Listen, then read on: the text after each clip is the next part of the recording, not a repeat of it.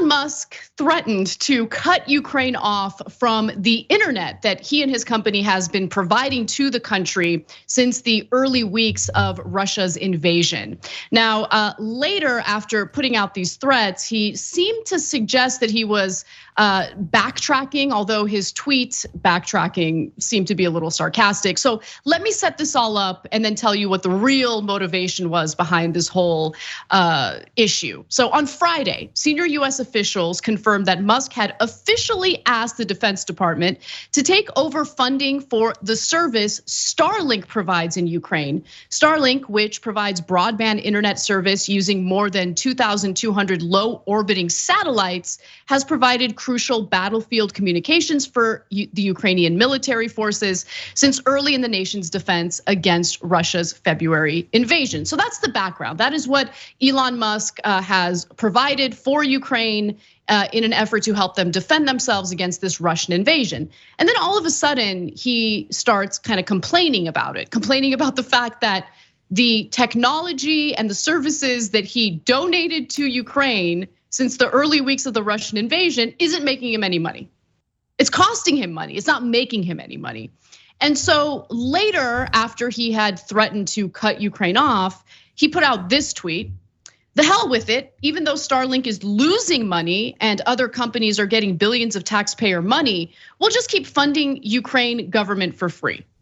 Okay, so I assume what he's referring to there is the endless number of private defense contractors who get to become incredibly wealthy through our taxpayer money as we engage in conflicts abroad or as we help with military funding abroad, as is the case with Ukraine.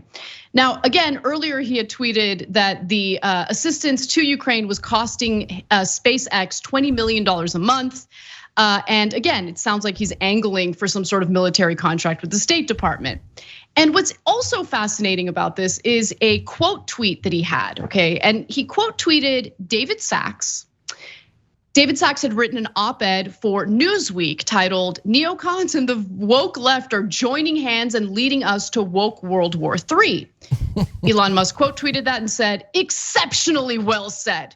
So at this point, as I'm learning about this story, as I'm investigating this story, Cenk, I'm thinking to myself, oh, Elon Musk, who loves to rub shoulders with all sorts of right wingers, who love to provide pro-Russian propaganda within the confines of the United States, has been sucked into that propaganda. That's what this is about. But no, I actually don't think this is about Elon Musk being yet another bitch boy for Vladimir Putin and Russian propagandists.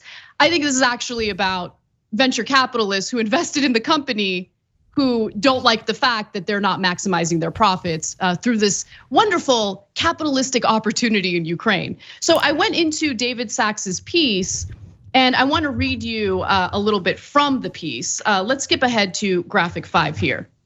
The president of Ukraine himself, Vladimir Zelensky, accused Musk of supporting Russia, even though Musk's company, SpaceX, donated Starlink to Ukraine's war effort at an out-of-pocket cost of $80 million. So numbers change, which is fascinating. And then he includes this disclosure, which is incredibly important. Full disclosure, Musk is a friend and I am an investor in SpaceX. So in other words, yo, we should be getting a government contract for this. Why isn't the Defense Department paying us for it? And sure enough, later in the day today, I found out that Pentagon is considering paying for Starlink in Ukraine, according to 2 US officials.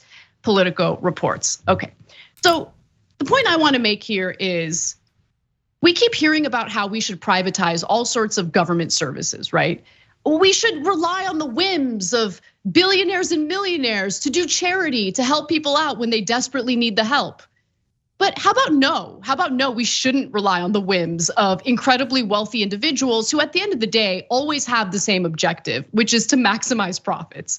And I think this is another instance that we can point to, another case study we can point to that proves just that. Yeah, I'm going to shock the world a little bit here by agreeing with Elon, and then there's going to be twists and turns. So buckle up, okay? Yes, I just did this, like buckle up. So number one, should the US government pay for this instead of Elon Musk? Yeah, US government is sending billions of dollars to defense contractors to sometimes arm Ukraine and sometimes pretend they're arming Ukraine. So that's a complicated question we've tackled before on the show. But if they're spending all those billions of dollars, why does Elon Musk have to go out of his own pocket to do it? Okay, but here's the next twist, which is that no one likes punching themselves in the face more than Elon Musk does. So here you are spending whatever the number is, whether it's 20 million a month, 80 million overall, it's in the same ballpark, right? It's a lot of money. And you actually should get credit for that. That's a lot of money to spend out of pocket, even if you're a gazillionaire, as he is and the world's richest man, et cetera, to help the people of Ukraine. You could kind of be a folk hero there because the Starlink is actually helping them a lot in fighting against the Russians. But instead, he finds a way to make himself the bad guy. Like, oh, what the hell, man? Why am I paying for this? And like weird, whiny ways, and then like in ways that make you think, wait, is he on the side of the Russians? No, he's actually helping the Ukrainians a lot, but somehow he's managed to anger the Ukrainians for no reason, and thereby ruining any kind of like publicity he could have earned as a good guy here, which would have been fair. So there's something wrong with him, man. And look, as we've seen with Kanye, let me jump in. Like one just last thing here. Sure. A lot of times when people see really wealthy folks who are not perfectly balanced, a lot of crooks and con men swarm in to get a piece of the pie, right? And then they start to influence them in all the wrong directions, as we saw with, like I said, with Kanye. So I don't know if this is one of those, but he's getting terrible advice from people pretending to be his friend. I mean, look, I remember what the early weeks of this war was like. And I remember Elon Musk wanting to pat himself on the back for engaging in this like charitable contribution to help Ukrainians defend themselves. And the issue that I have is with this whole debacle that unfolded over the weekend and spilled over into today, just say what you want. Just say it, just say it. You want to get paid, which is fine, that's totally fine. But it's also important to keep in mind that the whole notion of like mutual aid, especially when it comes to domestic policy here in the United States, when you hear libertarians specifically say that we don't need these government programs, we don't need a social safety net because people can rely on churches, they can rely on mutual aid, they can rely on charities that are funded by millionaires and billionaires. No, that is not a stable system. And when it comes to the actual motivations of individuals, it's far more complicated. With Elon Musk, he wanted the kudos that come along with donating this technology to Ukraine. And then once he realized, oh wait, this is actually a money-making opportunity, and I have venture capitalists invested in this technology who are looking for a return on their investment, he tries to go about this in such a weird roundabout way. And it's so disingenuous, it's so insincere, it's inauthentic. And I think that's what also stands out to me about this. Just tell us what you really want. And it's to get the government contract. You think it's unfair that all of these other companies, all these defense contractors are making a ton of money off this war. It is a redistribution of wealth from the bottom of the top. You want to tap into that. So just be honest about it. That's all I'm saying. Yeah, no, I don't think you're wrong about that. I just think that, look, he deserves credit for giving them Starlink for free.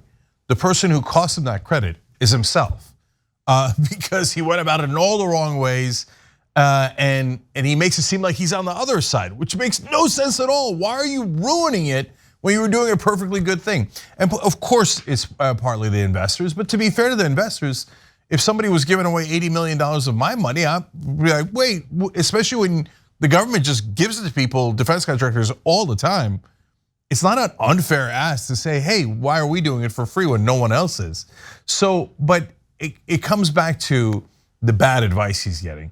And so, and it's interesting how really smart people can be really dumb in different ways, right? It doesn't mean they're not smart. It's just that the mind works in different ways for different folks. So they could be really good at something and really bad at other things. Like David Sachs is an amateur. He's a hack in Silicon Valley. But Silicon Valley folks don't know anything about politics, and they're almost all Republicans, and their number one driving factor is greed. And so when David Sachs comes around and goes, oh, did you know the Republicans are really great? And the Democrats are doing woke war 3. People like Elon Musk are like, exceptionally well said. Is it? It was just a stupid pun or whatever the hell that was. And by the way, none of these guys ever explain what it means to be woke. It's just whenever they hear the word woke, they're like, oh, he said woke, exceptionally well said. So yeah, when it comes to it's just a catch-all phrase now for the right wing. What's that? Yeah, it's just a catch-all phrase now for right wingers when they want to talk about something they dislike. It doesn't matter what it is, even if it has absolutely nothing to do with the left. Like the left, I mean, there's been mixed commentary and analysis from the left when it comes to what should be done when it comes to Ukraine. My view is, well, we had a commitment and a responsibility to Ukraine when we got them to give up their nuclear weapons, which of course is a deterrent when it comes to Russia invading them. We offered them security commitments, but I do think that it's time to really question, like, when does that military industrial complex gravy train come to an end? Like, how many billions and billions of dollars in military aid packages are we gonna send to Ukraine? When is it gonna be enough? I think that's a legitimate question to have. Yeah, so last thing on that is, look, don't mistake what I'm saying for, yeah, sure, have at it. Spend billions more on Ukrainian defense through Raytheon and Northrop Grumman, et cetera. So no, we've given a ton of money, and a lot of it is so that those companies can replenish their stock, as we've already sent old weapons to Ukraine. And some of them are great, don't get me wrong, but it's not like they're making them and sending them. We've discussed this before. So if people want to say, hey, enough's enough, okay, that's an interesting and important debate for us here in America. But leaving Elon Musk out and having everybody else make money while he loses money, I agree, is irrational. He just desperately needs better PR and better political advice. But among the greedy pricks that live with him in Silicon Valley, that is very, very unlikely. Thanks for watching The Young Turks, really appreciate it. Another way to show support is through YouTube memberships. You'll get to interact with us more. There's live chat emojis, badges.